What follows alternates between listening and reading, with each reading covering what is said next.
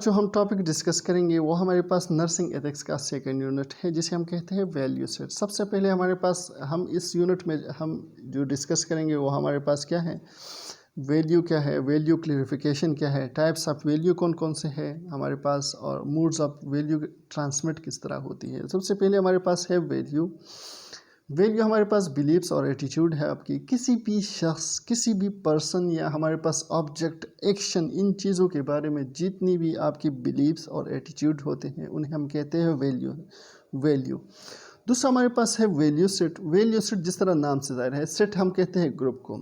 एक इंसान में हमारे पास ग्रुप ऑफ वैल्यूज़ जब होते हैं उसे हम कहते हैं वैल्यू सेट। हमारे पास जो है वैल्यू क्लेरिफिकेशन, ये हमारे पास क्या है, बेसिकली एक प्रोसेस है जिसके ज़रिए आप किसी इंसान में जो है क्या करते हो, आइडेंटिफाई करते हो, एग्जामिनेशन करते हो या किसी भी वैल्यू को डेवलप करते हो। उस प्रोसेस को हम कहते हैं वैल्यू क्लेरिफिकेशन। वैल्यू क्लेरिफिकेशन के लिए ज़रूरी क्या है कि ये कम से कम आपके जहन में हो कि ये पहला उसूल है इसका वैल्यू क्लेरिफिकेशन क्या कि है, एक वैल्यू हर इंसान के ऊपर नहीं फिट होती। दूसरा ये कि आप जब भी आइडेंटिफिकेशन करोगे या क्लेरिफिकेशन करोगे वैल्यू की, तो उसके लिए ज़रूरी है कि आप उसको जो है बिल्कुल फ्रीली उसको क्या करो, चूज़ करो, किसी भी प्रेशर के बगैर।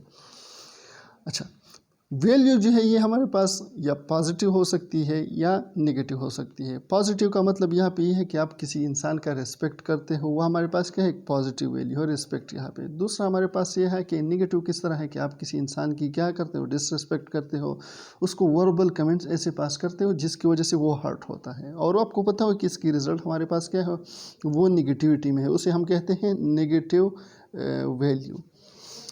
अच्छा, जो टाइप्स है हमारे पास, सबसे पहले हमारे पास है क्या है, इससे पहले हमारे पास एक जो है दूसरा हमारे पास जो वैल्यू का है वो है हमारे पास individual value. Individual value basically हमारे पास वो वैल्यू है जिसको हम सोसाइटी से गेन करते हैं, किसी भी इंसान की मतलब जिस तरह हमारे पास लव हो गई, रिस्पेक्ट हो गई, मनी हो गई, ये हर एक इंसान के बारे में अलग-अलग होती है जिसे आप सोसाइटी से सीखती है।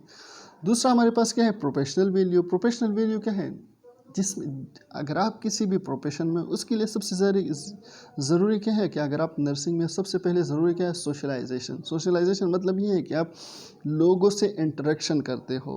जिस तरह आपकी स्टडी हो गई, आपकी क्लिनिकल एक्सपीरियंस हो गई, टीचर्स से आपने जो चीज़ें सीखी हुई, आप म्यूचुअल अंडरस्टैंडिंग में क्लास में पार्टिसिपेशन करते हो, दूसरे लोगों से आप सीखते हो, वो हमारे पास क्या है, वो प्रोफेशनल वैल्यूज़ हैं। जिसमें हमारे पास क्या है, सबसे पहले एग्जाम्पल कि आप स्ट्रांगली कमिटेड हो अपने सर्विस के साथ, कि जो सर्विस मैं प्रोवाइड करूँगा बीइंग अ नर्स, वो क्या हो, आप उसके साथ कमिटेड हो कि वो दूसरे लोगों के ऊपर इम्पैक्ट, पॉजिटिव इम्पैक्ट उसकी वजह से होगा।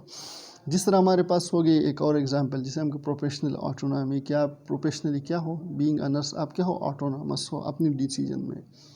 फिर हमारे पास क्या है, मॉरल वैल्यूज़। मॉरल वैल्यूज़ हमारे पास क्या है, ये पर्सनल स्टैंडर्ड है, किसी भी इंसान की एक स्टैंडर्ड है जो आपको कम से कम डिफ्रेंशिएट करवाती है कि ये गुड है या बैड है।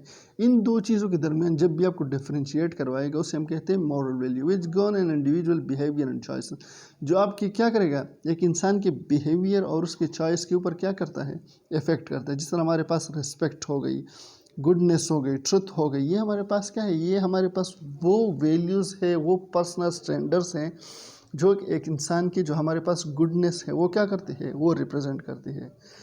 फिर हमारे पास है सोशल वैल्यू। सोशल वैल्यू क्या है, वो वैल्यू जो जिसकी कंसर्न के कनेक्शन किसके साथ है, सोसाइटी के साथ है, और वो आपकी क्या, जो सोसाइटी में आप रहते हो उनकी कंसिडरेशन जितनी भी होती है उनके ऊपर इफ़ेक्ट करता है। जिस तरह हमारे पास हो गई ह्यूमन लाइफ, एक इंसान की ज़िंदगी, इंडिविजुअल राइट। आप कहते हो कि हमारे पास हर इंसान को इक्वल अपॉर्चुनिटी मिलना चाहिए, हर इंसान की जो है एक जमहूरी राय होती है कि वो हर जगह पार्टिसिपेट करता है, उसको जो है कम से कम फ्रीडम ऑफ स्पीच होना चाहिए, उसको हेल्थ मिलना चाहिए, एजुकेशन मिलना चाहिए। ये हमारे पास क्या है, ये सोशल वैल्यूज़ हैं। फिर हमारे पास है theory of value clarification. Theory of value clarification की यहाँ पे मतलब क्या है कि अब हमने जिस तरह पहले इस यूनिट में हमने कहा कि हमारे पास वैल्यू क्लेरिफिकेशन क्या है, ये हमारे पास पूरा एक प्रोसेस है। तो इसके बारे में 1966 में रेट्स, हेरमैन और साइमन ने जो है एक थ्योरी प्रपोज की कि जब भी आप वैल्यू क्लेरिफिकेशन करेंगे उसके लिए दो चीज़ें बहुत ज़्यादा ज़रूरी है। सबसे पहले हमारे पास क्या है, चूजिंग चूजिंग अब किस तरह का कॉग्निटिव प्रोसेस, यानी दिमाग के जितनी भी आपकी क्या नर्वस सिस्टम है उसके बेस पे आप क्या करोगे, चूज़ करोगे। Value and believes are openly chosen really without outside pressure, कि जब भी आप जो है क्या करोगे, किसी भी वैल्यू या बिलीव को आप चूज़ करोगे तो आपके ऊपर कोई प्रेशर नहीं होना चाहिए, बिल्कुल फ्री आप उसको क्या करोगे, आप उसको चूज़ करोगे। फिर हमारे पास दूसरा जो पोर्शन है इसका वो है प्राइजिंग, जिसे हम कहते हैं affective. Choose believes need to have been satisfied with.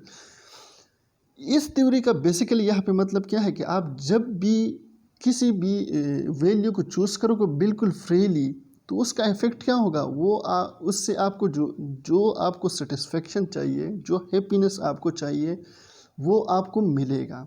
क्यों? क्योंकि आपने बिल्कुल फ्रीली उसको क्या किया है, उसको आपने जो है वो एडॉप्ट किया हुआ है।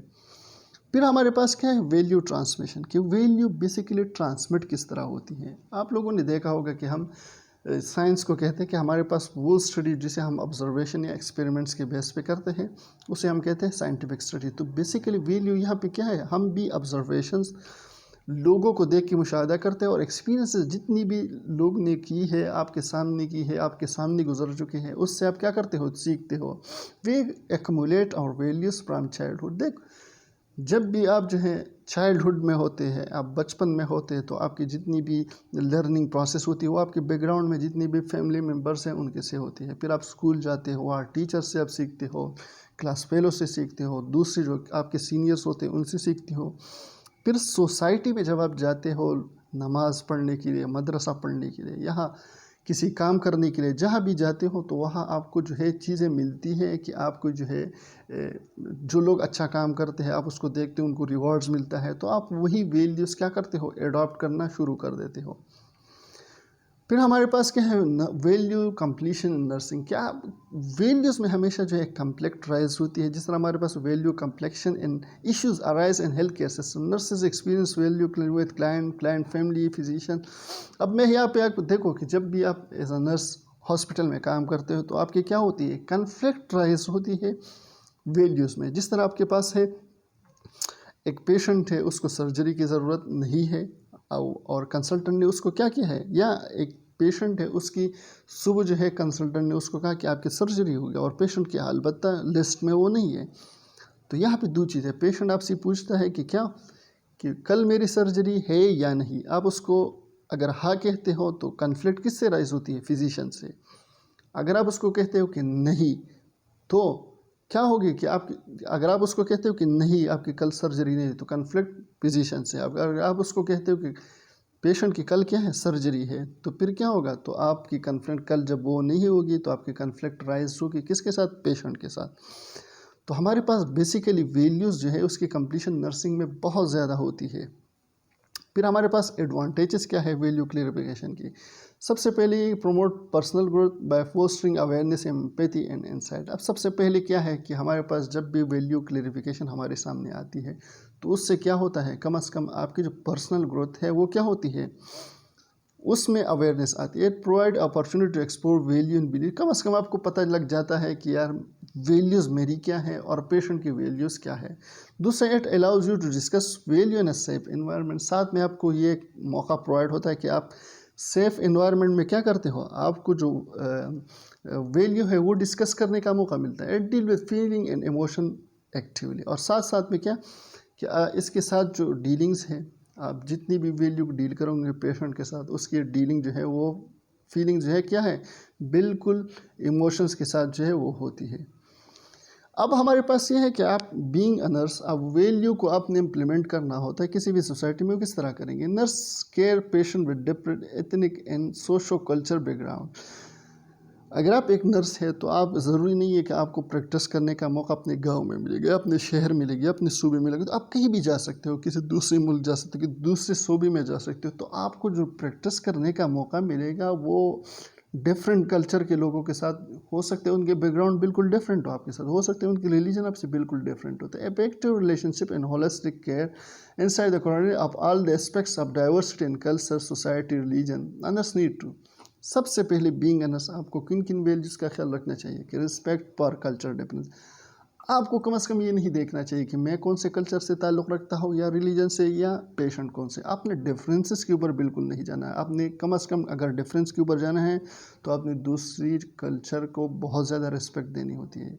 Being knowledgeable to the culture practice of client, कम से कम आपको पता होना चाहिए कि अगर ये इस रिलीजन का या इस कल्चर से ये पेशेंट ताल्लुक़ रखता है तो ये प्रैक्टिस कौन सा करता है। तो अगर ये हिंदू है, होली या जिस तरह उनकी जो हमारे पास इबादत होती है वो किस तरह करते हैं, आपको कम से कम पेशेंट की जो हमारे पास है नॉलेज होनी चाहिए कल्चर के हवाले से। Be aware of own values and biases, आप कम से कम आपको अपनी वैल्यूज़ का कम से कम पता होना चाहिए कि प्रैक्टिस में मैंने कौन से वैल्यूज़ को साथ में लेके चलना होता है। Know that all clients are individual and may not share the same view and value as their even within the same ethnic group. साथ में आपको ये कम से कम ये पता होना चाहिए कि अगर हमारे पास एक पेशेंट इस कल्चर से ताल्लुक़ रखता है तो हो सकता है ये दो पेशेंट एक कल्चर शेयर करते हैं, लेकिन हो सकता है इनकी प्रैक्टिसेस क्या हो वो अलग हो। तो कम से कम आपने इन सारी चीज़ों को जो है साथ में देखना होता है। तो आप इसी तरह कर क्या कर सकते हो, एक सोसाइटी में जो है नर्सिंग एथिक्स को इम्प्लीमेंट कर सकते हो।